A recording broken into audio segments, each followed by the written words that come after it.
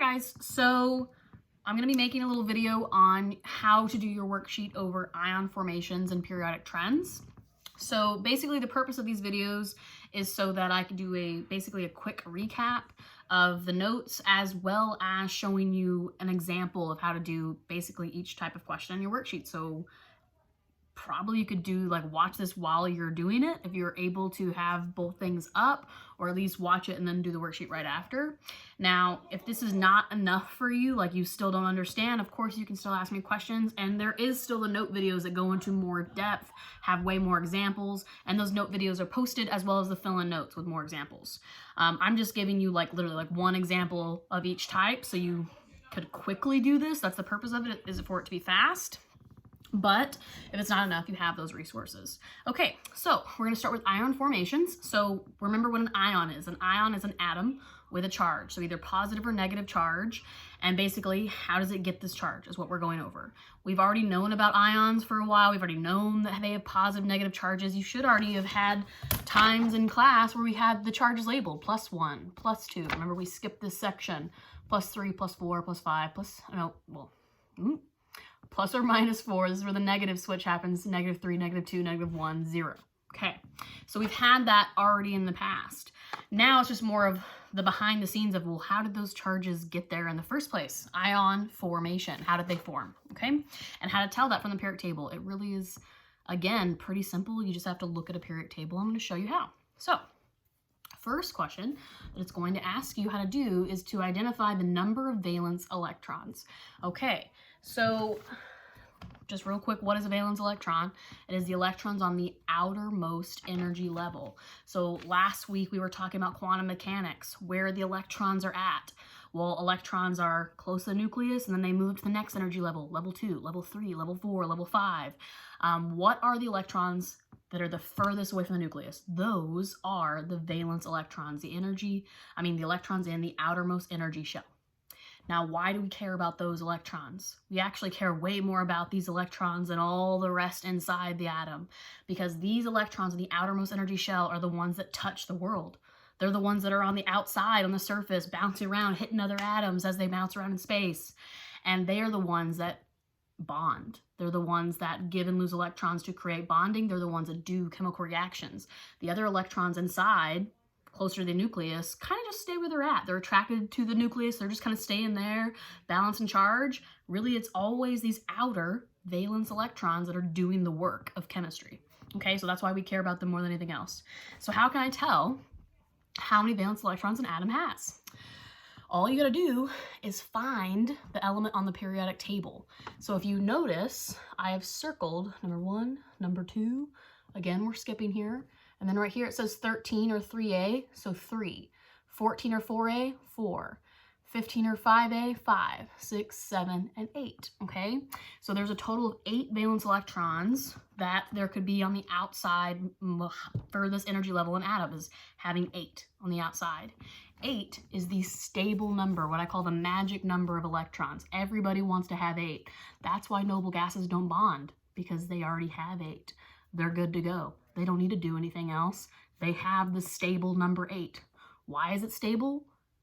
Because nature says so. That is just seems to be, out of all of our experiments and things, that the things that have 8 outer valence electrons are stable and don't bond. Everybody else will bond until they get that 8. Okay, so let's do the first problem. How do I know aluminum has 3? How do I get that? You find aluminum in the periodic table. So I find aluminum, he's here. There's aluminum right there. He's in the third column. 1, 2, remember we're skipping, so 3. He's in column 3. So he has 3 valence electrons. Again, the periodic table has been so perfectly formatted that each columns and these rows tell you how many valence electrons it has. How many electrons does it have on the outermost shell? Not how many electrons total. You know that from its atomic number, which is 13. It is 13 electrons total, but it has 3 in its outermost energy shell. And that tells you a lot about how aluminum will bond. We'll talk about that more in a second. So it has 3 valence electrons, like that, okay? Now, after that, we draw little Lewis dot structures. Lewis dot structure is just how to visually depict how many valence electrons an atom has. So if I told you it has 3, we looked it up, it has 3. Now to do my picture, I put 3 dots, but there is a specific way to do the dots, of course. So you always start at the top, you put a dot, and then it goes to the right, and then to the bottom. And if it had more like it had a 4, 5, 6, 7, 8, then it would go here. So that'd be 4, and then you'd pair it, pair it, pair it, pair it, until it had 8. Okay, so I'm going to give you an example right now of phosphorus of those two things. So how can I figure out how many valence electrons that phosphorus has? So again, you just find phosphorus on the periodic table. So I'm going to find it. There he is. Okay, so here's phosphorus. He's in column 1, 2, 3, 4, 5. He's in column 5. So 15A or 5A or 15, 5. So it has 5 valence electrons. Okay, I'm going to write that down. 5 valence electrons is what he has. Now I need to do the Lewis dot structure for it. So you draw the symbol, P, there we go. And then you have 5 dots, but in the specific pattern. So you start at the top, 1, to the right. Is this to the right or to y'all's left? No, it's to y'all's right. I can't tell, it goes this way. Yeah, it's to the right. It's just backwards to me. Okay, so here we go. Dot, and then to the bottom, so that's 3. Other side, 4. And now, because we still have 1 left, now I pair it. So there we go, paired. There we go. So that is phosphorus, that's 5. Now if it had 6, I'd pair it here, because that's the next one. If it had 7, pair the bottom. If it had 8, they'd all end up being paired. And that means it has no room left to bond, which is how noble gases look. Okay. So we did those 2 examples. Next one says number of electrons lost or gained. You can see for aluminum right here, it says it loses 3, but how do I know it loses 3?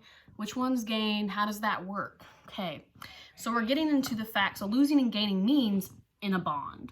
So if this element was to join with another element in a chemical reaction for the purpose of becoming stable, for the purpose of getting 8 valence electrons, then how do I know if it's going to lose or gain? Because they can do either or. So here's how it works. Aluminum was here, right? It has 3 valence electrons. Remember its goal, this is our goal column, our noble gases, they're stable. Everybody wants to be like these guys who have 8. It only has 3. Now, so you're thinking, okay, 8 minus 3 is 5. So they need to gain 5 electrons. That's one choice, but the other choice is to lose 3. How does losing 3 give me 8? Well, you have to think about, these are valence electrons, not total. They are the electrons on the outermost shell. So if they have 3 electrons on the outermost shell, aluminum does. Let's say it loses it. It gives it away to another atom, gives 3 electrons away. Well, now this outer shell is empty, so it's not there anymore.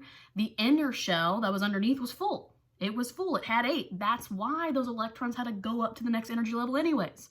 It was full, so those 3 that it still had to move out to a higher energy shell. So if it loses those 3, then that inner shell is good, stable, and full. So losing 3 is the same as it would be to gain 5. Both would give it a stable, full outer shell of electrons. So when I'm looking again at aluminum here, would it be easier? Think both losing 1 and gaining 1 electron costs energy for an atom.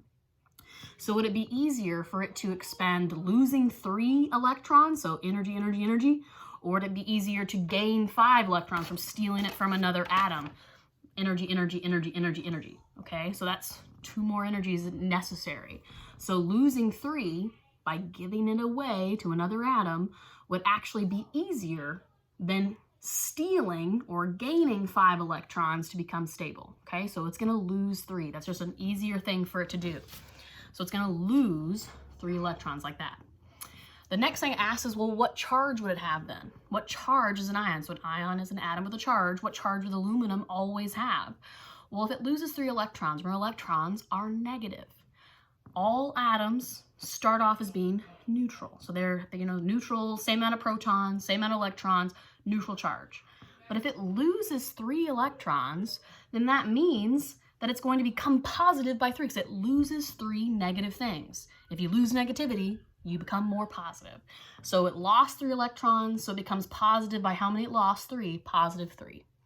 And that last little bit is just to do your ion symbol. So an ion is an atom with a charge. You just write your element symbol and put the charge at the top. So you just told me the charge, right at the top. That's an ion symbol. There you go. So let's try that with phosphorus. And then we know how to do ion formation. There we go. So phosphorus has 5. Okay, so it has 5. So is it going to lose or gain? So we have that question again. Phosphorus is here. Is it going to be easier for it to lose 5? So it has 5 valence electrons. We want to lose by giving it away. Or would it be easier to gain 3? So steal 3. Which one's a smaller number? It's going to be easier to gain 3 electrons than it would be to lose all those 5. So it's going to choose to gain 3 to make 8. So I'm going to write that here. So it's going to gain 3. 3 does not look very good. Gain 3 electrons is what it's going to do. So notice that in this case, the 3 match the valence electrons it had, because that's what it's going to lose, those 3, so they match numbers. Not always true if they're going to gain. So it had 5, but instead of losing 5, that's harder, it's going to gain 3 to make 8, because our goal is 8 valence electrons. This is our magic number 8. So if I gain 3 electrons, I gain 3 negative things, then that element is now -3 charge. Okay? So it gains, so it becomes negative. So gainers are negative. Losers are positive, which sounds kind of backwards, but losers become positives, gainers of electrons become negative. So how to put that symbol? I write the ion, P, and then put that -3 at the top. And there we go. So there's your 2 examples of how to do a positive ion and how to do a negative ion. And you're going to be asked to do those in your worksheet. Okay, the last part of the worksheet is even easier. Just take me a second to explain. You have this chart in your notes. You have this chart right here. You have this chart in your worksheet right above the questions. So all you need is this chart. That's all you need. There are 3 types of trends. Periodic trends. So we've been learning about lots of stuff you can learn from periodic table. Well, there's even more stuff you can learn from the way the periodic table is organized. And there's these 3 trends. The 3 trends are electronegativity, ionization rate, ionization energy, and atomic radius. Okay, so those are 3 trends. We're going to talk about how and what they are just a teeny bit. So I'm going to talk about atomic radius first because it's the easiest to understand. So atomic radius, remember that's the part in a circle. Atomic radius would be, remember I got a circle halfway to the diameter is a radius. That's a radius, okay?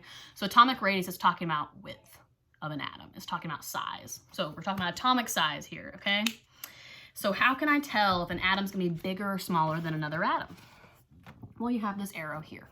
It's the red ones. The red ones talk about atomic radius. And it says bigger is pointing the way these arrows are going. So they're pointing down the periodic table, and they're pointing towards francium. So like if I hold up my actual periodic table here for a second, we're all pointing at francium right here. So down this way or this way towards francium.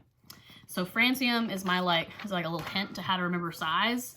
Francium, I call him my biggest loser because he loses electrons, because that's what positive ions do. They lose electrons. So he's my biggest loser, and he's also the biggest. He's the biggest element on the whole table.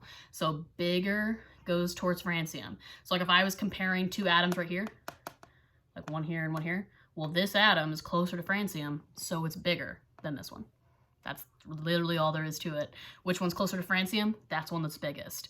They're getting more energy levels, and they're getting more protons, neutrons, electrons as you move down. So both ways, they're getting more stuff inside them, and they're getting more energy levels, so they're bigger. So let's do this little practice problem right here, radius, over cesium and barium.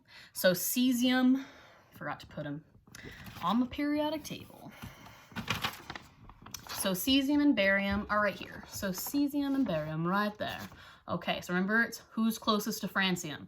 Cesium is literally right above it. They're pretty close to each other, but it's either, so you're going this direction, the more I go this direction I get bigger, and the further I go down. So if they're side to side, then I don't really care about which one's further down because they're next to each other.